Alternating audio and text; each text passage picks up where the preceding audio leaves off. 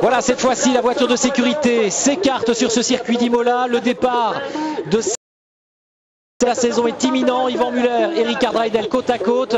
Juste derrière, Alain Menu prêt à bondir, à s'engouffrer. Il nous l'a dit dans la brèche. Il nous a même dit qu'il lors du warm-up pour voir si à l'intérieur il y avait du grip.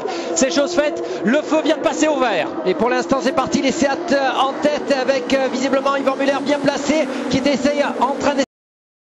Reidel qui visiblement reste à côté. Oui, Rickard Reidel qui conserve l'intérieur et qui va quand même baisser le pied, qui laisse passer Reidel en 2, Huff en 3. Et James Thompson déjà un petit peu malmené qui perd une ou deux places au volant de la Honda. Regardez, en bagarre avec Farfus. Farfus effectivement, il y a eu Alain Menu, voiture noire et Gabriele Tarquini, attention, Alain Menu, 4e position qui résiste à Gabriele Tarquini. Il a touché la pile de pneus Gabriele Tarquini, mais pour l'instant il continue sur sa lancée. Il vient freiner à l'intérieur devant Nicola Larini, pardon. Voilà la caméra embarquée à bord de la voiture de Gabriele Tarquini. Et James Thompson qui évidemment va James Thompson Jörg Muller me semble-t-il. Il s'est fait embarquer par le pilote allemand. Attention, devant il y a toujours Yvan Muller, devant Rickard Reidel. Et ça y est, Thompson est passé, il est maintenant coincé entre les deux BMW et de Jörg. Oui, visiblement ça respire du côté du moteur de la Honda. Il a réussi dans la remontée à s'imposer sur Jörg Muller. Jörg Muller maintenant qui aura dans ses basques la Seat. Thiago Montero. Tout à fait, Montero qui a pris l'ascendant sur Andy Priaulx. Priaulx, aux abonnés absents, en ce moment, il est très très loin, aux alentours de la 12e, 13e place.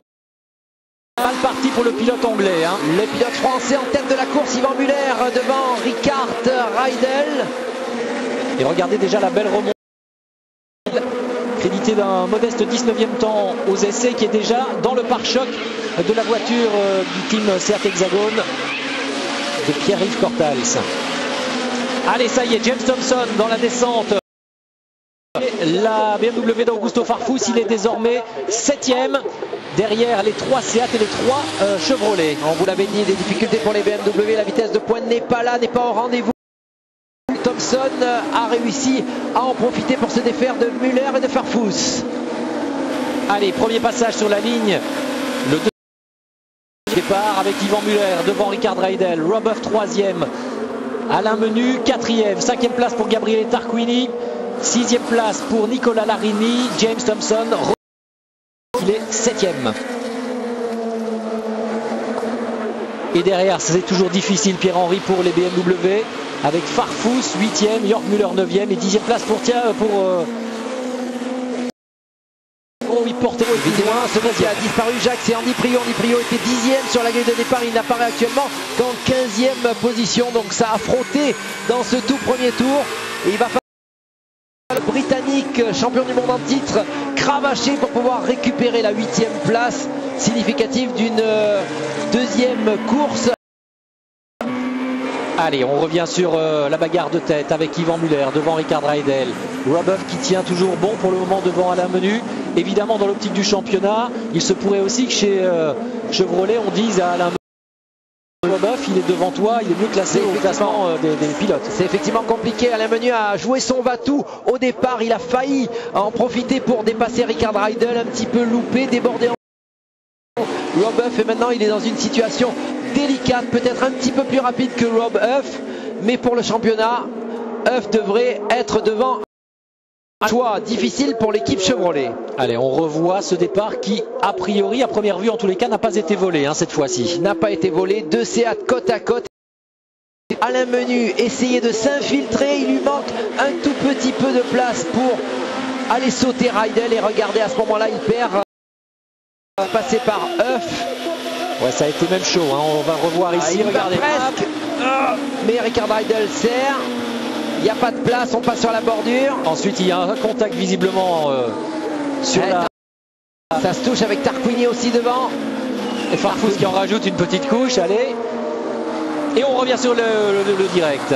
Et pendant ce temps, il a gagné une place supplémentaire, il a réussi à se défaire, me semble-t-il, de Nicola Larini, on le voit ici, au freinage de Rivazza. Oh, ça respire du côté de la Honda, ça respire aussi du fait que la voiture les zones de freinage.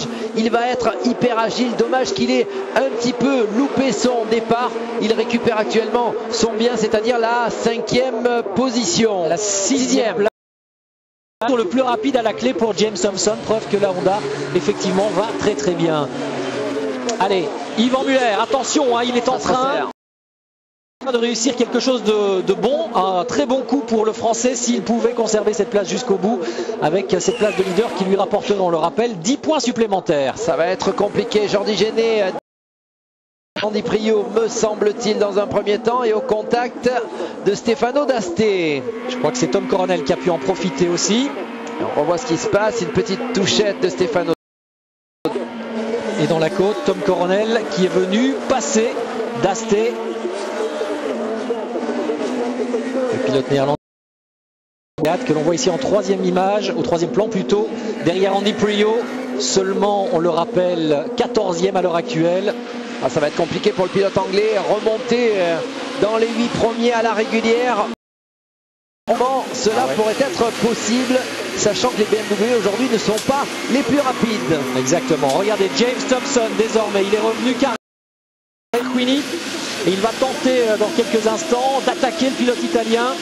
Jamais facile hein, à dépasser, Gabriel. Jamais facile, mais il y a 70 kg d'écart entre les deux voitures au frein pour le pilote britannique. Oui, il s'est jeté à l'intérieur. Gabriel Tarquini a bien vu qu'il n'y avait rien à espérer. Net et sans parade. Et puis Gabriel Tarquini qui n'a pas grand chose à gagner contre Thompson. Thompson jouera probablement la victoire. Il n'a que ça à jouer dans ce championnat pour l'instant. La victoire dans la course. La victoire dans la course. Gabriel Tarquini plutôt au championnat et aux points qui vont avec. Et oui, et puis surtout que s'il repart même en 6e position dans la 2e course, il aura cet avantage avec la grille inversée, vous le savez.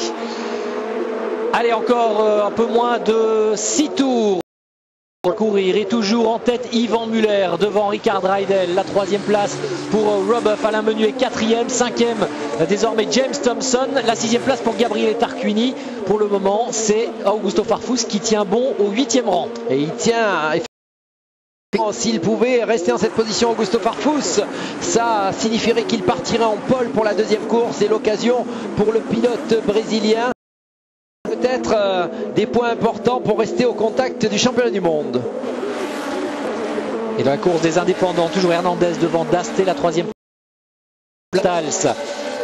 Le Belge qui est juste derrière, collé à Stefano Dasté. Ils sont 17 et 18e de la course. Attention, ça attaque pour Jordi Géné avec Tom Coronel obligé de couper. Effectivement, tir, ne pas profiter d'avoir court-circuité la chicane pour aller dépasser Andy Priaulx.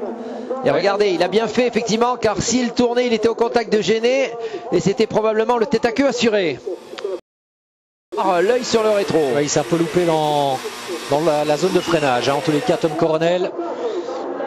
On boucle le 5e tour. Devant Rickard Reidel, Robuff qui tient bon hein, pour le moment, et Alain Menu. Les écarts qui restent très très réduits, regardez, 5 tours et il y a toujours 5 voitures qui se tiennent en moins de 2 secondes. Oui, mais des pneus qui s'allument au freinage, et c'était les pneus d'Yvan Muller. Il va trouver les 6 tours à couvrir long. Les pneumatiques s'usent, la pédale de frein doit souffrir. Et Pierre-Yves Cortals qui vient de dépasser et qui reste calé derrière Jordi Géné. Ah, c'est pas mal, une Seat motorisation essence qui se bagarre avec une Seat motorisation diesel. Ah, c'est bien ce qu'il fait le Belge, il veut se mettre en évidence aujourd'hui.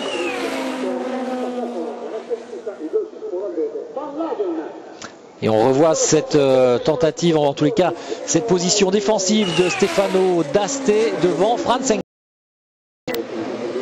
Ah oui, je vous disais que c'était important de se mettre en évidence à l'heure où les budgets se renégocient, la période de transfert commence. Et là, on a vu la team manager du Cathy Muller, qui évidemment pour le moment doit être satisfaite de la course réussie par Pierre-Yves Cortals. Il y a de la bagarre hein, à cet endroit-là.